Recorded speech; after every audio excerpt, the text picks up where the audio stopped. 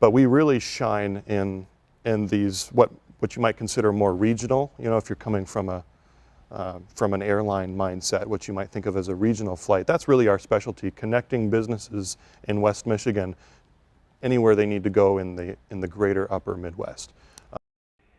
The opinions expressed in the following program are those of the producer and not necessarily those of WKTV Community Media.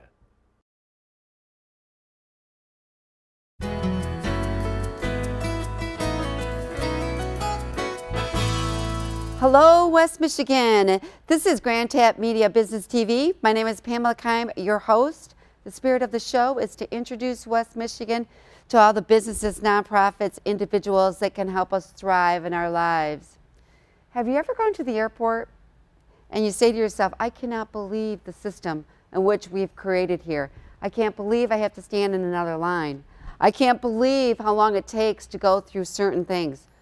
Or maybe you were like us, you would drive by all the private planes and say, boy, wouldn't it be just great to fly private? Just pull up, get out of your car, load up your luggage and jump on the plane, and you get to take off when you want to take off and get picked up when you wanted to be picked up. Well, today we have a special guest for you today. And he has started a private aviation business called Hangar9. And he is here to tell us all about it. And it's just not for the super rich, the the millionaires. It's maybe for you. So I want to welcome Colin West to the program from Hangar9. Hi, Pamela. Hi. All right. Let's talk about who is Colin West and why would you start an aviation business? Because everybody knows that it's really a mess, kind of, right? Well, you know, I have a passion for aviation. As long as I can remember, I've been fascinated by airplanes. I have memories as a kid being around them. And I think since I was about 12 years old, I knew that's what I wanted in a career. You know, I wanted to spend time learning how to fly airplanes. So that's really how I got started in aviation specifically. And then, you know, as time went on and I gained some experience in the industry, I realized that it's a niche that needs to be filled. That I think. Well, you probably hear a lot of people complaining about delays, they miss their connection, leg room, we don't get any meals anymore. Some of the services have really dwindled since, I would say 9/11, pretty much, because I remember flying in the 90s, but still no room, and that was the reason, you know, that we complained to you about, and this is like, you know what, there may be something here, right? Absolutely, and you know, part of that experience that I just referred to, I've worked for multiple aviation businesses before, and they've been private aviation businesses. So, you know, there have been a lot of positives that have come with that, as we'll get into here in just a minute.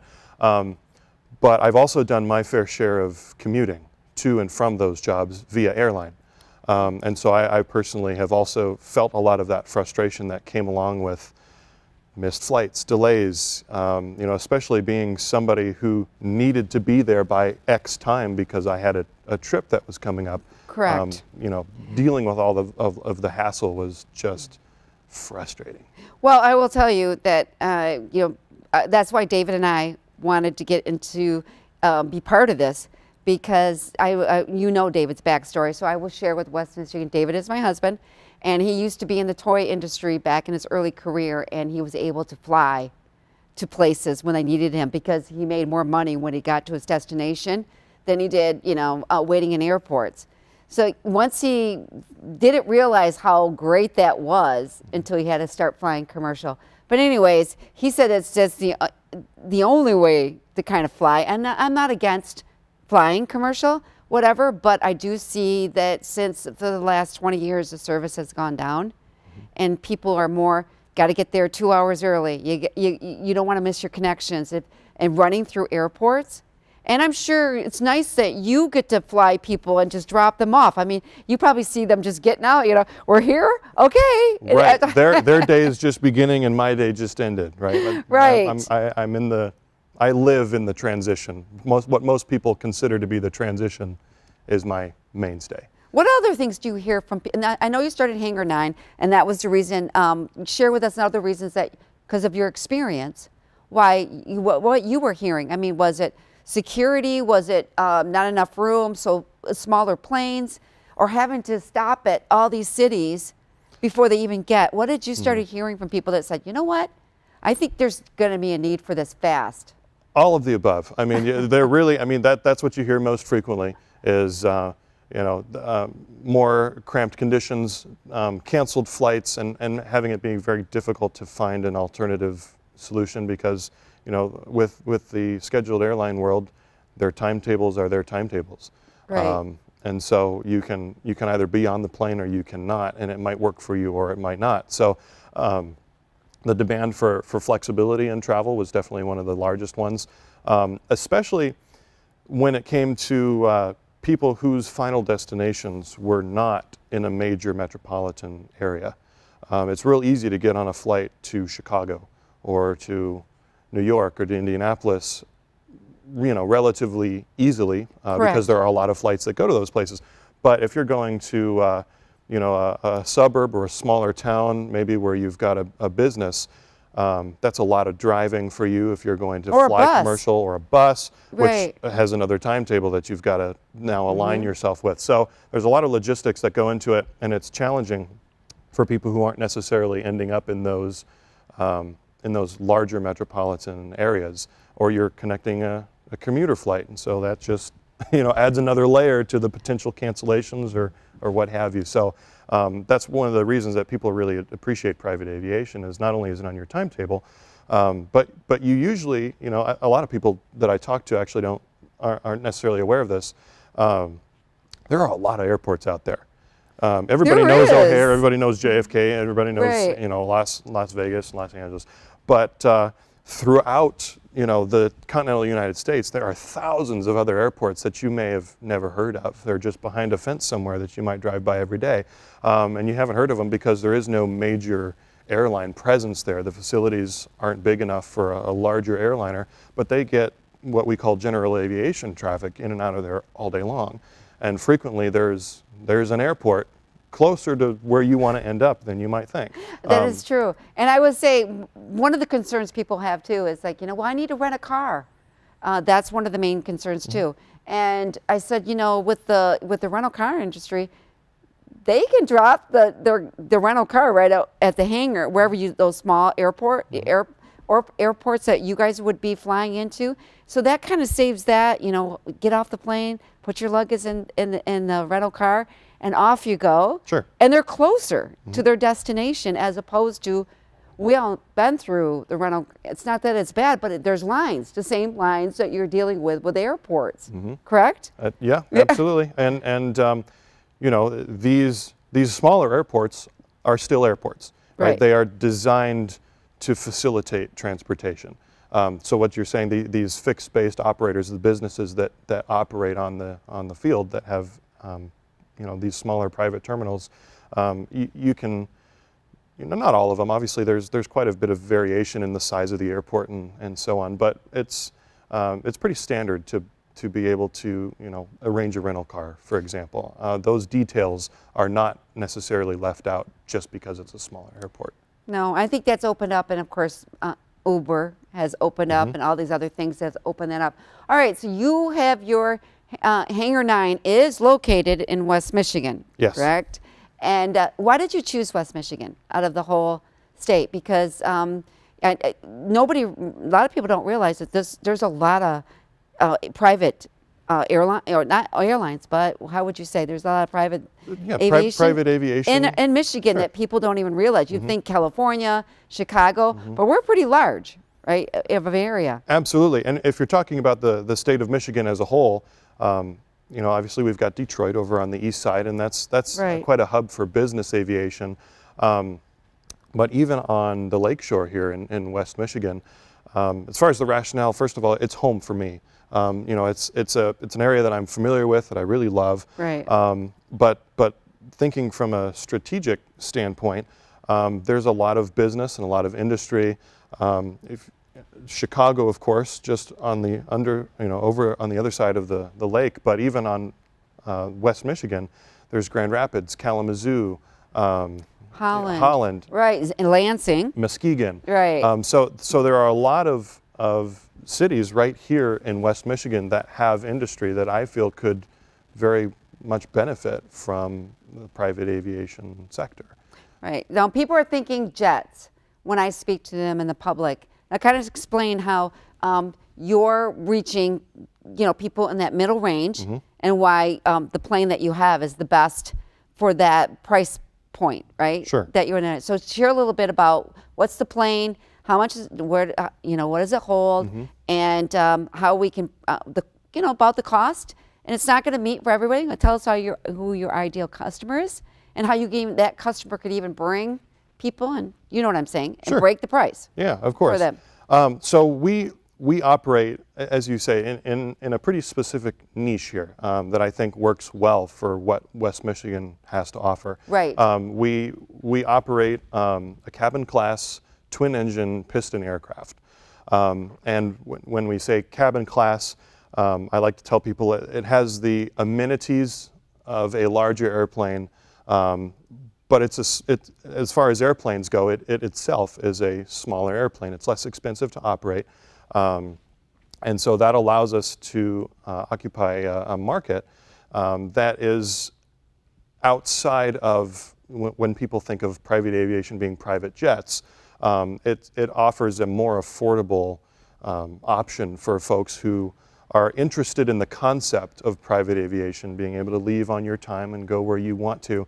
But for people who don't necessarily, or their business doesn't necessarily have the desire or wherewithal to invest in a private jet. There are a lot of these large fractional ownership jet companies, for example. And God love them, right? Because Absolutely. I want more the merrier, I think, up there, because then it's more opportunity for us, Hangar9 to fly to airports and stuff like that. And it's a great thing, and it's a part of the expanding aviation industry as a whole. But we're interested in letting people know. I like to use the word accessibility. Right? Private aviation is more accessible than perhaps you ever thought it was before, using this type of an aircraft, which is club seating. Everybody gets a window and an aisle at the same time because it's a smaller airplane, right? So it's well appointed. It has some of the amenities and snacks and drinks and what have you on board. It's comfortable. But the other thing too is when you're investing in a private jet, you want to have a reason to do so, right? Usually those jets have the legs to really make it across the country, from here down to Florida, from here all the way out to California, or all the way up to Maine or something, which if you had a need for that, that's what I would recommend. Right. But again, a lot of the smaller businesses who still might be interested in private aviation, they can't justify investing in a jet because it's really too much airplane for them. Maybe they don't even want to take care of it. They got to, that's a lot of responsibility. Right, Keeping exactly, up a jet. And having a pilot on staff, there's a lot to it, right? Exactly, and solutions exist for companies who aren't necessarily aviation specialized.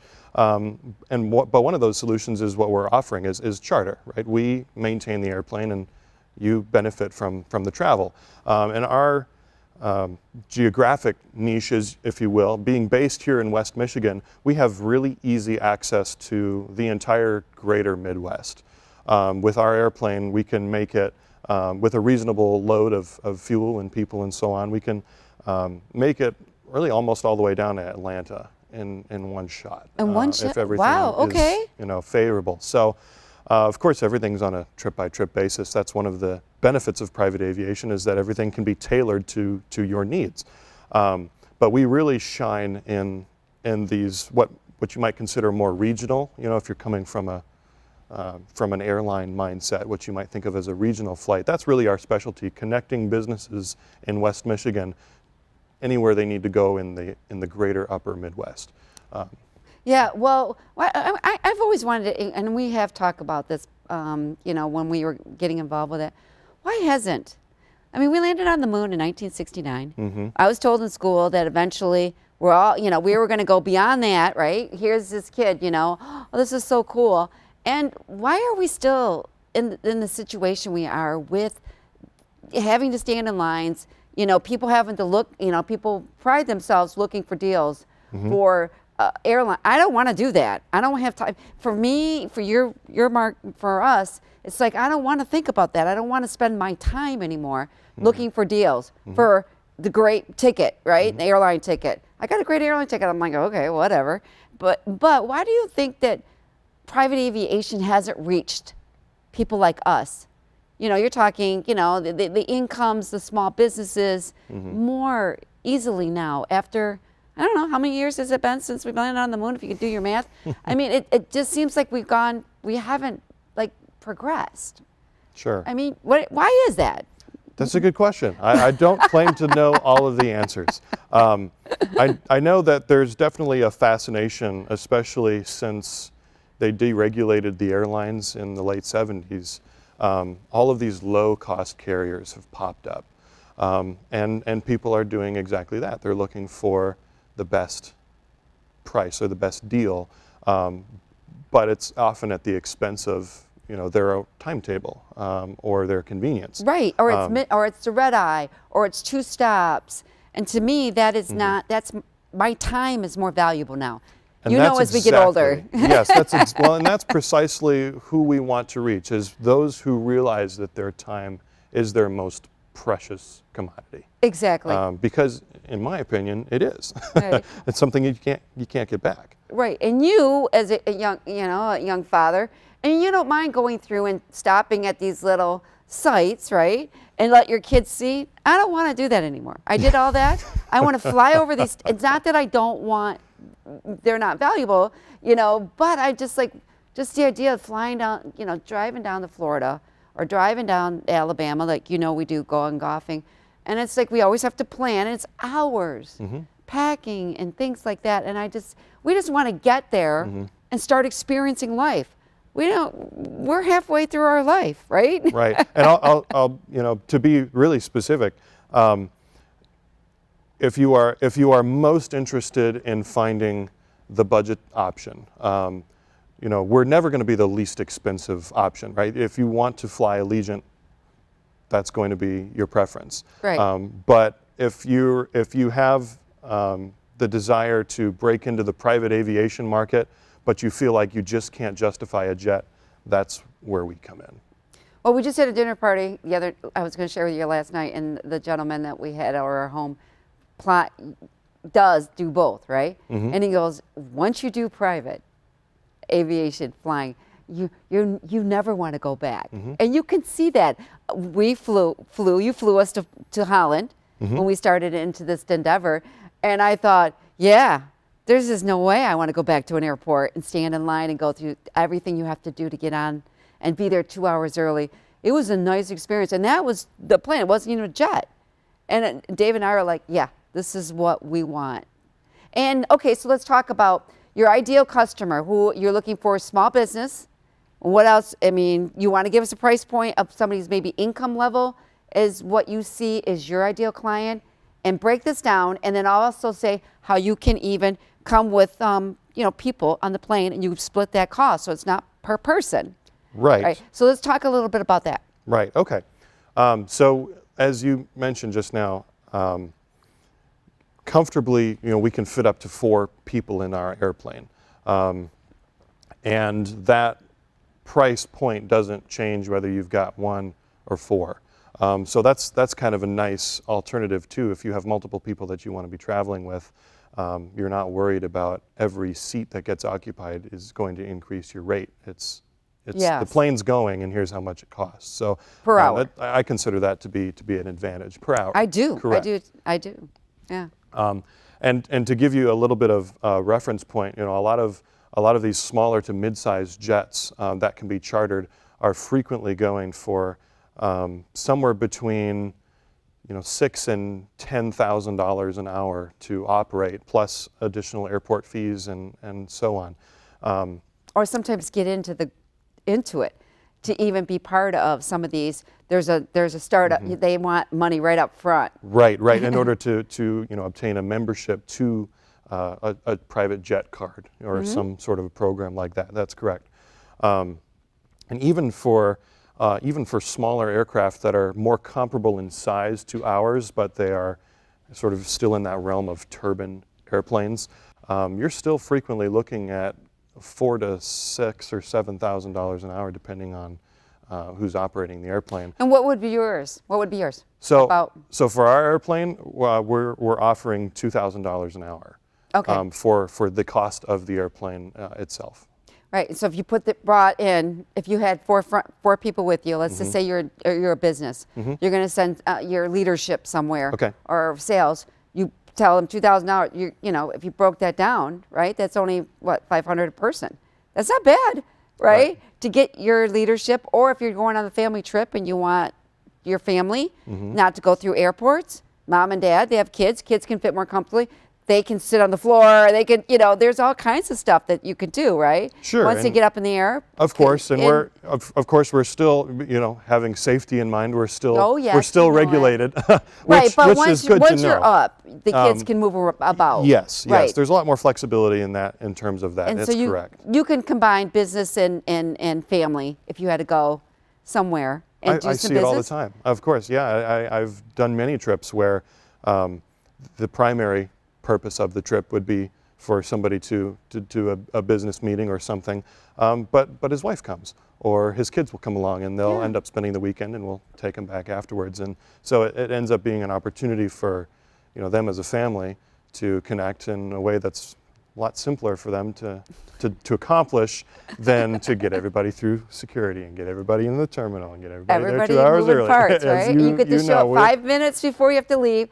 You guys help load it all on get the kids in, and then do that. All right, and for the business person that's out there traveling, whatever, it's, you know, within range, right? Within, what is it, the Midwest kind of? Yeah, if you wanted to fly to a business meeting, right? This is how this could go. This is why we want to put it on the show for businesses. You could fly there maybe in the morning and do your meeting, do whatever conference, or maybe you have a presentation, and you don't have to spend the night. You know, you can fly right back and be home by 5 o'clock. Exactly. Instead of driving. And that's one of our ideal clients we want to serve too. That's right. And to give a nice example of that, we, you know, there are conferences that happen up in northern Michigan frequently, Mackinac Island, for example. Yes. From where I live here in West Michigan, that is reasonably an 8 to 10 hour drive to get up there, and then you're on the ferry, and then you're waiting for the ferry, and then you get on the island. We traveled there recently, and I believe the trip up there took about an hour and 10 minutes. So just to give some perspective of, you know, driving all the way up across the state and then having to burn a day on either end just for travel, that becomes a one day event. And like us, we would love to bring, like I said, you guys did this over the summer too. It's four people. They flew up to Mackinac Island, had their day of experience, had lunch, and a nice day, and then you flew them back that night. I mean, wouldn't that be just ideal? That, for us, that would be perfect, the idea to go up and say, okay, fly us in the morning, we go with friends, maybe we play a round of golf and do it, you know, see it, walk around, buy some fudge, and then we get back on the plane and we go, and we're back home, and we don't have to spend the night, we don't have to go across the ferry.